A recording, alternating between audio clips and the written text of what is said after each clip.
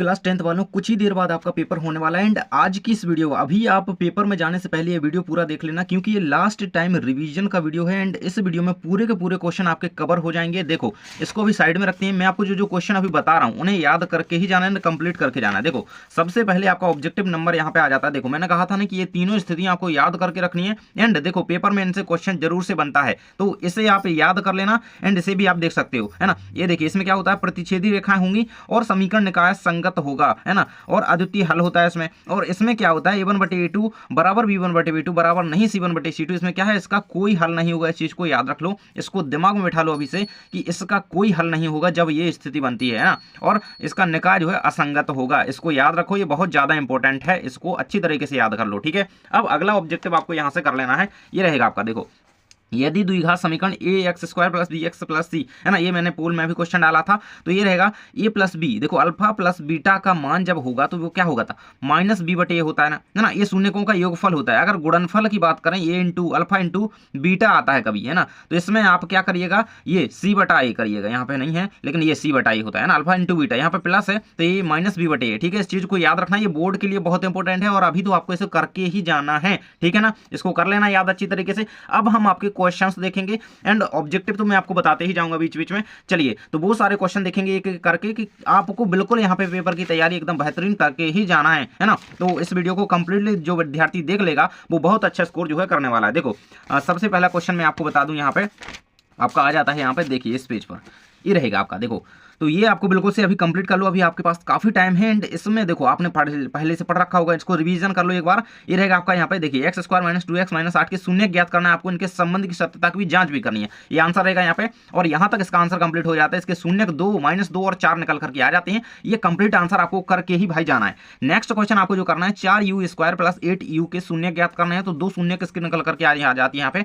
इसको कंप्लीट कर लेना। ये क्वेश्चन कर लो या ये क्वेश्चन कर लो। देखो इस प्रकार का क्वेश्चन आना है। एंड ये क्वेश्चन क्या पता पेपर में छप गया, है ना, तो इसे करके जाओ बिल्कुल। एंड जल्दी जल्दी जो मैं सारे क्वेश्चन आपको बता रहा हूं ना, इनको एक को भी स्किप मत करना कि ये छोड़ देता हूं ये कर लेता हूं, नहीं, पूरे क्वेश्चन करो जो मैं आपको बता रहा हूं। देखिए अब आगे बढ़ लेते हैं। यहाँ पे आपका रहेगा, देखिए नेक्स्ट क्वेश्चन आपका यहाँ पे आगे दिया गया है। देखो मैं आपको एक एक करके बताते चलता हूँ, आपको टेंशन नहीं लेना, ये सारे क्वेश्चन ना करके ही जाना है। देखो ये क्वेश्चन जो हो गया आपका, है ना, 9वें नंबर के अध्याय से है आपका, है ना, त्रिकोणमिति के बारे में जो है सेकंड अध्याय है आपका त्रिकोणमिति के बाद 9वें नंबर का, उससे ये क्वेश्चन है ना। 1.5 मीटर लंबा एक लड़का 30 मीटर ऊंचे एक भवन से कुछ दूरी पर खड़ा है और इसका आंसर आपको इस तरीके से लिखना है। ये देख सकते हो यहाँ पे, है ना। तो आपका आंसर क्या, 19√3 आपका निकल करके यहाँ पे आंसर आ जाता है। इसको याद रखना एंड कंप्लीट कर लो अच्छी तरीके से। इसको इस तरीके से बना करके आपको थीटा वगैरह यहाँ पे खोड़ दिए ही गए हैं दो, है ना, तो इनको आप अच्छी तरीके से कंप्लीट कर लो, अच्छी तरीके से इसको कर लो पूरा, है ना। चलिए अब अगला क्वेश्चन आपको कर लेना है, कौन सा, देखिए यहाँ पर क्वेश्चन दिया गया था, कौन सा दिया गया था आपका, इसमें नहीं है शायद, वो रुक जाइए।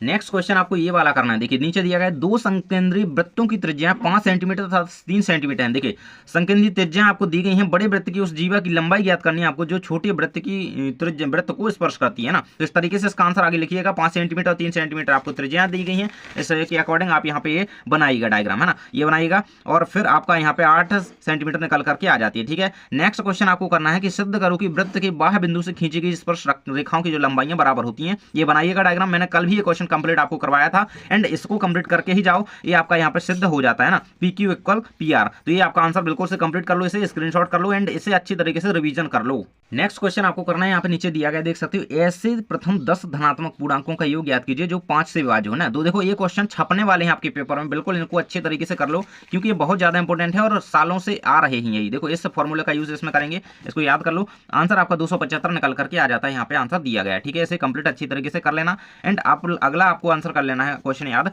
ये देखिए 3 अंकों वाली कितनी संख्या 7 से विभाज्य है, तो इसे भी आप कंप्लीट कर लीजिएगा। यहाँ पे आंसर आपका दिया गया है। एंड यहाँ पे हमारा 128 आंसर निकल करके यहाँ पे आ जाता है। तो इसका यूज इसमें हो रहा है, तो इसको याद कर लेना, ये आपका फॉर्मूला इसमें लगेगा, ठीक है। तो ये रहेगा हमारा आंसर। नेक्स्ट क्वेश्चन जो आपको करना है ये रहेगा आपका, आकृति में डी समांतर बी से है, ई सी आपको ज्ञात करनी है। देखिए ये यहाँ पे ई और सी ये आपको ज्ञात करना है, ठीक है। तो ये आपका आंसर यहाँ पे 2 सेंटीमीटर का निकल करके आ जाता है, इसको कंप्लीट कर लेना। एंड नेक्स्ट क्वेश्चन आपको जो त्रिभुज से करना है ये रहेगा आपका। देखो तो इसको बिल्कुल करके ही जाओ। देखो आकृति में यदि त्रिभुज ODC माइनस त्रिभुज OBA आपको दिया गया है, तो आपको कोण OAB का मान आपको निकालना है, OAB का आपको मान निकालना है, ठीक है। इस कोण का मान निकालना है, ठीक है। ये रहेगा आपके सामने यहाँ पे कोण OAB का मान 55 डिग्री यहाँ पे निकल करके आ जाता है। इसको अच्छी तरीके से कंप्लीट कर लो। और ये क्वेश्चन बहुत ज्यादा इंपॉर्टेंट है, आपको थीटा यहाँ पे दिया गया है, 2 कोण आपको दिए गए हैं एंड आपको तीसरा कोण एक निकालना है, ठीक है, ये आंसर आपका रहेगा। नेक्स्ट क्वेश्चन जो आपको करना है, यहाँ पे देख सकते हो 2 अंकों की संख्या के अंकों का योग 9 है, इस संख्या का 9 गुना संख्या के अंकों को उलटने से बनी संख्या का 2 गुना है, वह संख्या ज्ञात करनी है। तो क्वेश्चन देख लेना ध्यान से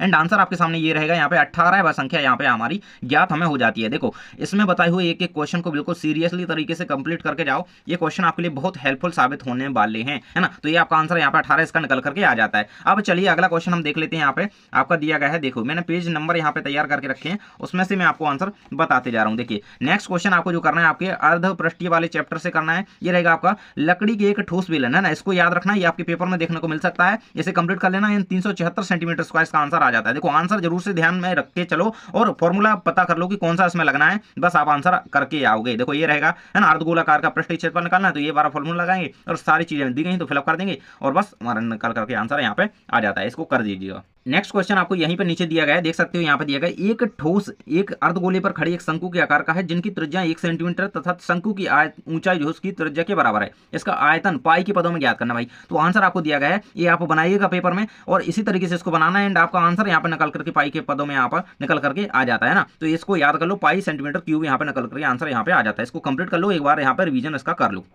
नेक्स्ट क्वेश्चन आपकी सांख्यिकी चैप्टर से, देखो ये आपको आंकड़े याद रखना है। देखो जीवन काल और बारंबारता आपको दी गई, इसमें आपको निकालना क्या है, यहाँ पे उपकरणों का बहुलक जीवन काल ज्ञात करना है, तो ये वाला फॉर्मूला आपको बहुलक का लग जाएगा एंड ये सारी चीजें आपको दी गई हैं, इसमें आप यहाँ पे देखो इन सबको यहाँ पे पुट करके वैल्यू एंड आपका आंसर यहाँ पे 65.625 आपका आंसर यहाँ पे आ जाता है। तो इसको कंप्लीट करो, ये आपका यहाँ पे आंकड़े आपको 225 बिजली उपकरणों के यहाँ पे परीक्षित आंकड़े दिए गए हैं, इनको आप अच्छी तरीके से इसे कंप्लीट कर लीजिए एंड ये क्वेश्चन बहुत इंपॉर्टेंट है, इसको करके ही जाना है ना। और बहुलक के बाद यदि आप माध्य ज्ञात करना चाहो तो देखिए ऐसे कर सकते हैं, यहाँ पे दिया गया आपको पूरे आंकड़े दिए गए हैं, साक्षरता दर यहाँ पे प्रतिशत दर्शाती है ना, तो आप माध्य यहाँ पे निकालेंगे तो कल्पित माध्य विधि से भी जिससे भी आप बनता है उससे कर सकते हैं। तो यहाँ पे आपका आंसर यहाँ पे आ जाता है, ये रहेगी साक्षरता दर निकल करके यहाँ पे आ जाती है 69.43%। तो इसे कंप्लीट कर लेना अच्छी तरीके से।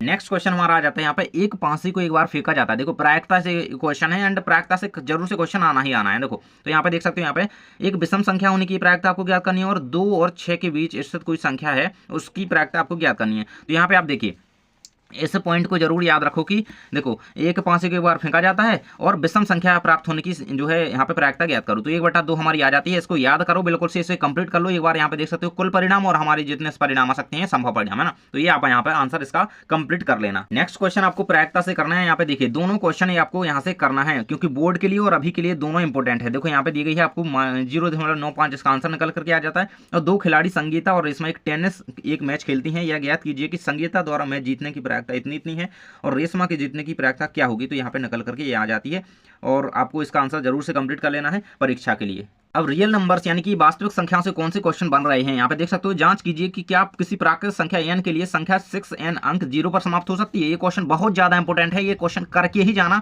एंड अथवा में क्वेश्चन इसका बन सकता है 7 × 11, ये कंप्लीट कर लेना है ना, पूरा का पूरा आपको दिया गया है। भाज्य संख्या है, आपको यहाँ पे व्याख्या इसकी करनी है, तो जो यहाँ पे बताया आपका सिद्ध हो जाता है एक तरीके से। तो ये आपके कंप्लीट आप दोनों आंसर कर लीजिएगा, ये आपके फर्स्ट नंबर चैप्टर से है, ये दोनों का स्क्रीनशॉट कर लीजिए एंड इसे बिल्कुल से कंप्लीट कर लो, अभी रिवीजन कर लो इसका एंड इसे करके जाओ। नेक्स्ट आपको भाई एलसीएम ज्ञात करने को आएगा, तो HCF आपको 9 दिया गया है, एलसीएम आपको इनका ज्ञात करना है, तो एलसीएम हमारा निकल करके यहाँ पे आ जाता है 22 3 3 8, तो ये आपका निकल करके आ जाएगा एंड इसे कंप्लीट कर लेना, ये बहुत ज्यादा इंपॉर्टेंट है।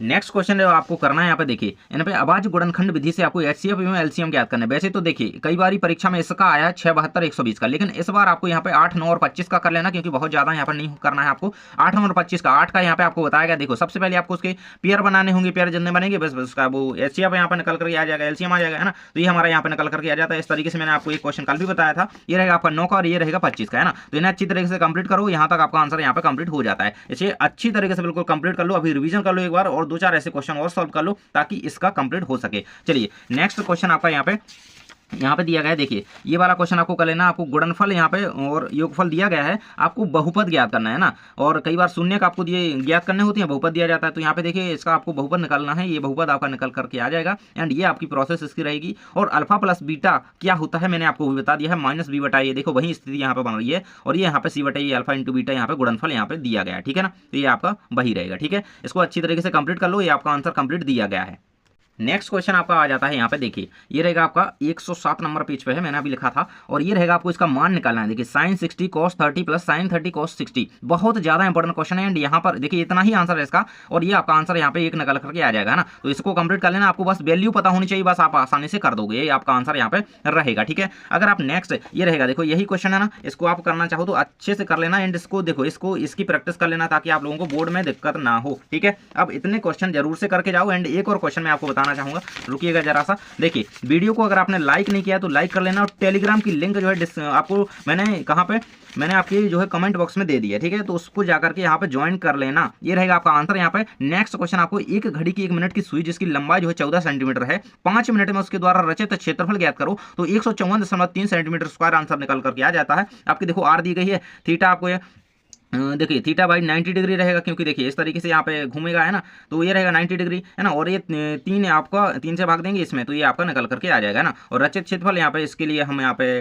करेंगे, जो त्यज्यखंड का क्षेत्रफल होता है उसका सूत्र याद करेंगे, और वह आपका निकल करके आंसर आ जाएगा। ठीक है, तो ये हमारा आंसर कंप्लीट हो जाता है। और इस तरीके से आप इन क्वेश्चन को करके जाओ, ये आपके लिए बहुत ज़्यादा हेल्पफुल रहने वाले हैं। एंड मैंने पूरा कच्चा चिट्ठा यहाँ पर बना करके रखा था, इसमें से क्वेश्चन आपका एक बाहर नहीं जाएगा। एंड इन क्वेश्चन को करके जाओ, बहुत ज़्यादा आपकी हेल्प होने वाली है। तो जल्दी मिलते हैं नेक्स्ट वीडियो में। चैनल को सब्सक्राइब एंड टेलीग्राम जरूर से ज्वाइन कर लो जाकर के। एंड ये याद रखना, थैंक्स फॉर वॉचिंग।